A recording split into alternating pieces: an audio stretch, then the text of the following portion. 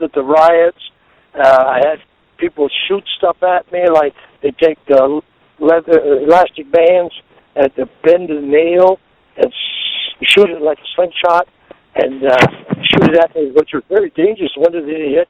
I don't think they did, but hit a fan or something. But one night I came back and wrestling in Three Rivers, Quebec, and I had a nail shot in my head. It was bent, the nail, but it was in my head. And I said, what the heck? How did the nail go in my head? You know, and I figured out what happened.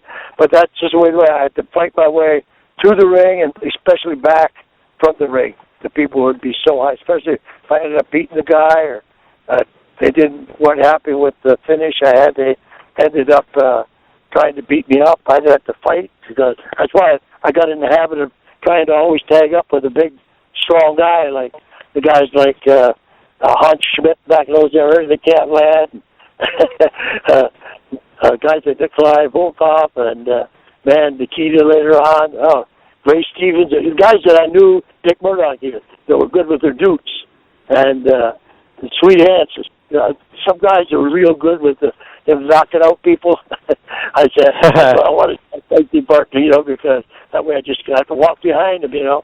But I found out even guys like Roddy Piper, you know, man, we had riots with Rowdy and a couple places, man, that were quite extreme, to say the least, because Rowdy was really a go-getter. He was out there, a very aggressive guy, and we ended up getting in a lot of fights to and from the ring. And I can remember one night in Denver, Colorado, one guy jumping on my back. There was two guys there. It turned out that I threw him off. I was about 300 pounds. I was pretty strong. And I had wrestled Billy Robinson for a 45-minute time limit match, and this is on the way back. And another guy jumped on my back, and I had to get rid of him. And I got rid of him, and I was going to kick him in the face, and I had him down, and his guy was yelling, "Leave my dad alone."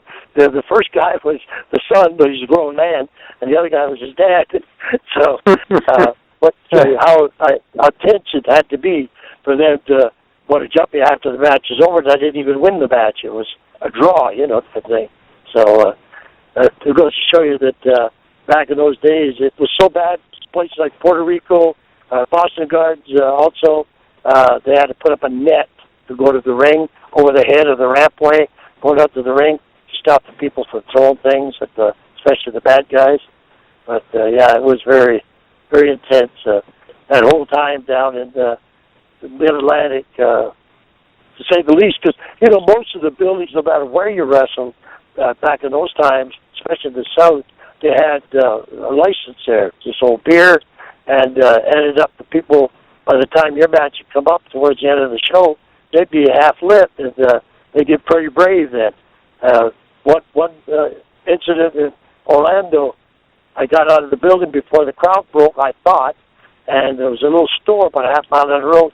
I hurried there. I was by myself, but I carried this baseball bat in the back of my car, and then I got out of the car, went in the store, came back out, waited for me, and I knew I was going to be all right if I got to the car. But they were really being aggressive on me, and I got the car, reached in, got that bat. They moved pretty quick because I let them know that I was ready to use it. And swinging that bat around. And, it's a lot of incidents. The fans go wild, no matter who you had. Buzz Sawyer, my partner in Atlanta up in Ohio, we came out of the arena, had a street fight against somebody, and as a tag, and went in the store, got our bag of stuff. On the way out, I was carrying it. This guy come up to me, he says, "Street fight. You guys don't know how to street fight. I can show you how to street fight." I said, "Oh, you can? Let me put this down here." So I went to put the bag down, watching him, so he didn't kick me or something.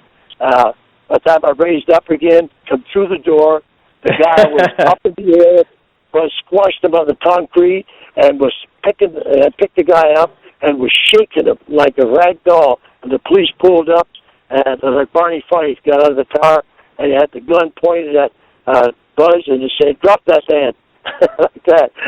I thought it was kind of funny, but boy, Buzz was hurting the guy.